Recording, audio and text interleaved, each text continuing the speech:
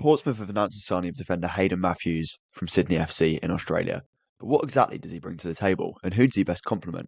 And I'll tell you exactly why Hayden Matthews can be Portsmouth's next big wonder kid.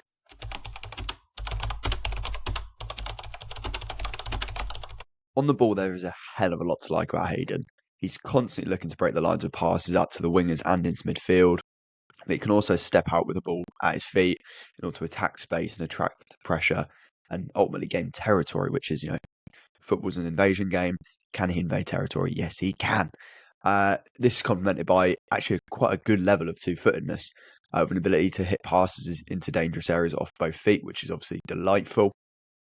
He more than suits our positional requirements of our centre halves to be comfortable in possession and calm under pressure. There wasn't too many errors. I mean, there was a few times where he kind of got caught and he maybe should have afforded himself a bit less time, but ultimately it wasn't one of them things where he kept getting robbed it in possession. It was not a big standout for me. So unless he kind of massively struggles with the pace of the game, which look, I think it will take him a bit of time to adapt to the pace of the game, I don't think he'll be looking out of place too much. Now, in regards to the negatives, because obviously there are negatives, although I did praise his line-breaking passes and his ball progression in general, I do find his passing range to be a bit lacking, and this is a problem that's kind of been consistent with Hayden over the last year or so. My good friend Petr Petrov, he's an A-League, I'm going to say expert, aficionado. He highlighted in his analysis of Hayden, I think in the summer, kind of that lack of passing range, and it stacks up. I watched 4 games of his, and he didn't really look to hit long passes too often. And even when he did, they were kind of lacking in intensity or direction or accuracy. So that is something for him to kind of add to his game. On top of this, despite his physical profile, which we'll get to later, as you know, if you're here, you know the format. We do in possession, out of possession, then we do the physical. We should do it the other way around, but we're a bit late now. He does lack a bit of goal threat from corners, which is likely due to his lack of aggression and intensity, and he kind of lacks that real desire to attack the ball inside the box, which is a bit of a shame because he's a big lad and he moves well, but he isn't really the biggest threat from free kicks or corners.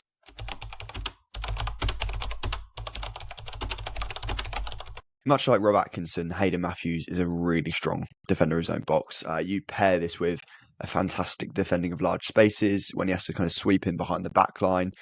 He anticipates danger very well, recognises attacks early, and then snuffs them out before the danger really evolves into something more threatening and more evil. This is aided by quite a strong positional sense and starting positions, altogether complemented by a great level of athleticism, and we'll get to more of that later on. But in terms of, so when I look at players, generally I categorize them into obviously positions or whatever, but broadly you've got kind of small space players and big space players, and essentially that means okay, for example, let's take Isaac Hayden. Isaac Hayden, very good small space player, not so good big space player, largely down to a mixture of things, athleticism, characteristics on the ball. For me, Hayden Matthews, I keep calling him Hayden, which makes it very confusing with Isaac Hayden. Hayden Matthews is very much a large space player. So in kind of these actions, when the ball goes over, these kind of wide spaces, there is bread and butter. He's got big legs. We'll get to that again later. He's not the kind of player who is always going to win the duels. We'll get to that. And just do that now. It's a smooth transition.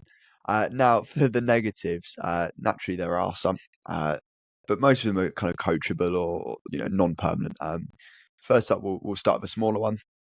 His set-piece marking is a bit inconsistent. There were a few occasions across all the games where I kind of noticed him losing his man, which I think hopefully will get snuffed out and will kind of get taught out of him by Joe Perdomo. And there are also a few, how do I put this, lapses of concentration, notably where, let's say, he's defending the halfway line. It'll be when he has got a man here. So let's say this is Hayden Matthews. This is Australian centre forward. This is Thomas Waddingham, let's say. Let's say he's defending Tommy on the halfway line. It'll be when the ball's here, he kind of switches off to the diagonal over here. Even if that winger's marked over there, it's one of them where he's so focused on the man when he's defending in the middle, he can kind of not think of the second action because even though that fullback might have the winger marked, you do need to kind of be wary of, okay, well, let's say he gets bypassed, then what happens? That is something, it's not a huge problem, but it was something I noticed a couple of times. So why not bring it up? Now, for his biggest weakness, quite an annoying one, I'd say. He really lacks a lot of intensity, grit. Um, oomph is the word I use. I use the word oomph.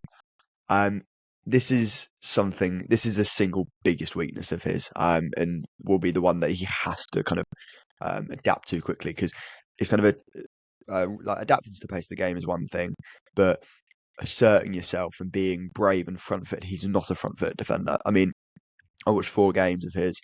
I got a really good spread of games actually. I thought it was really interesting to watch across all of them, but there was only one of 4 games that I thought I'd label him as like a commanding presence, and that was funny enough against Brisbane Raw, and he came up against Pompey new boy Thomas Waddingham quite a bit.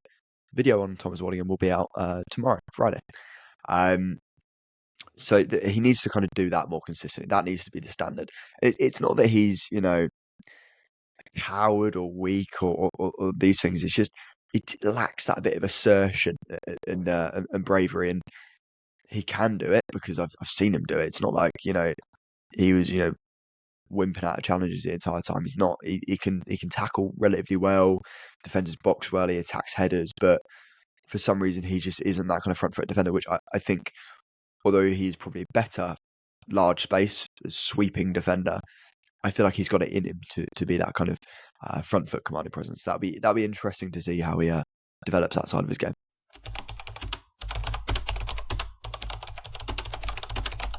Now I've teased it enough. Let's get physical.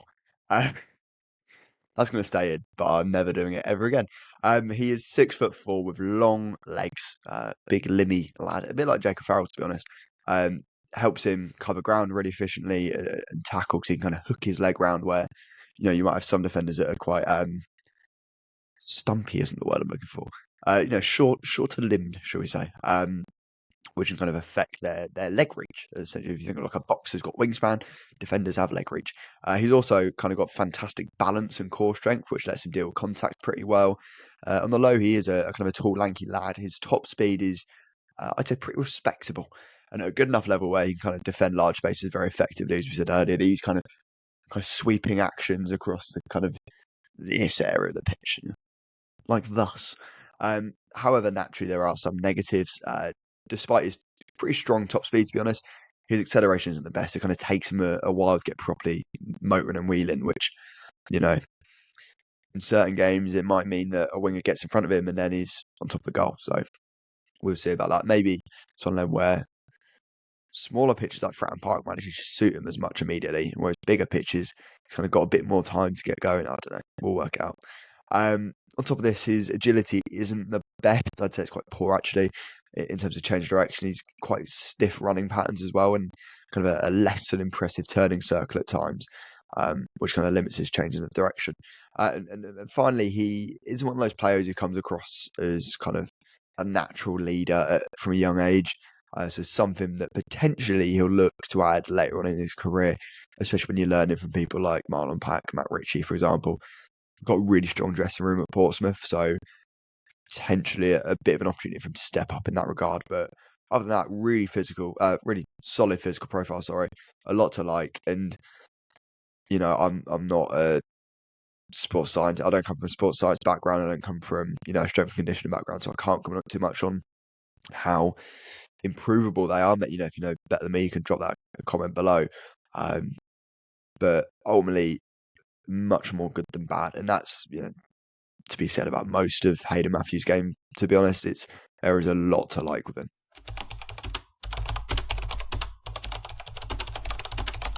Now, in terms of where he fits for us, it's kind of hard to say because for me, he can play right centre back, central centre back, and left centre back, despite being right footed. But obviously, as I said earlier, he's got quite a good level of two footedness.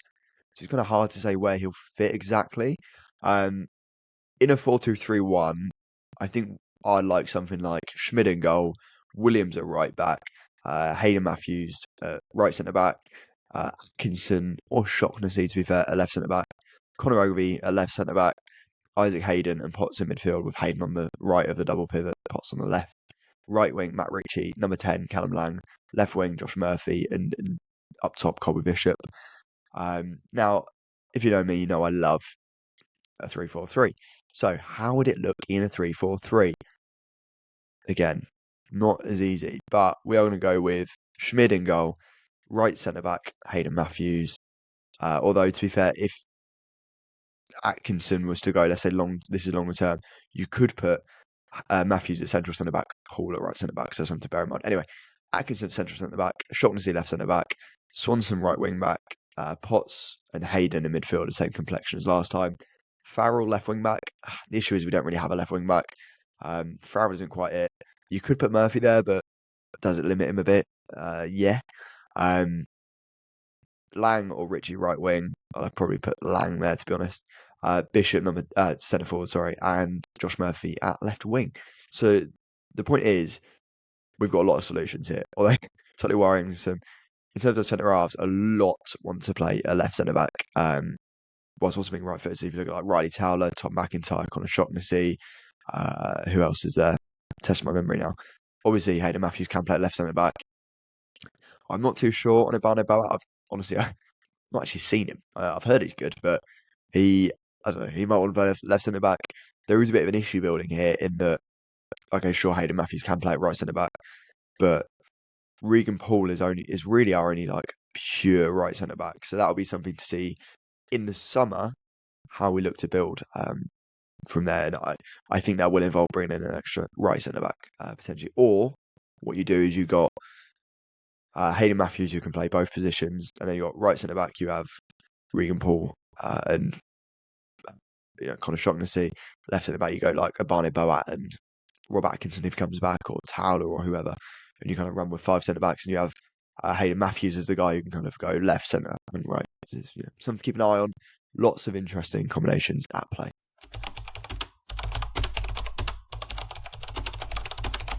Now, on social media, there has been a lot of conversation about whether Hayden Matthews is a guy for here and now, or if he's someone to develop for the future. And the political answer, and honestly, I believe it's the right one as well, is it's a bit of both. For me, he's a ceiling raiser rather than a floor raiser, but one who can actually affect the first team relatively quickly, with his immediate challenge to be kind of adapting to the increased pace and intensity of the Championship in comparison to the A-League. And then from there, so his initial adaptation will be pace intensity, then look to become more competitive and intense in his actions, his defending. And then his kind of the third stage of his development will be kind of those technical developments in terms of his long passing, for example. But that can come later. I currently have him benchmarked at kind of an upper League One, lower Championship level defender, with the potential to be an upper Championship or even a lower Premier League level defender one day. And when you take all of that into account, that is exactly why Hayden Matthews is Portsmouth's next wonder kid.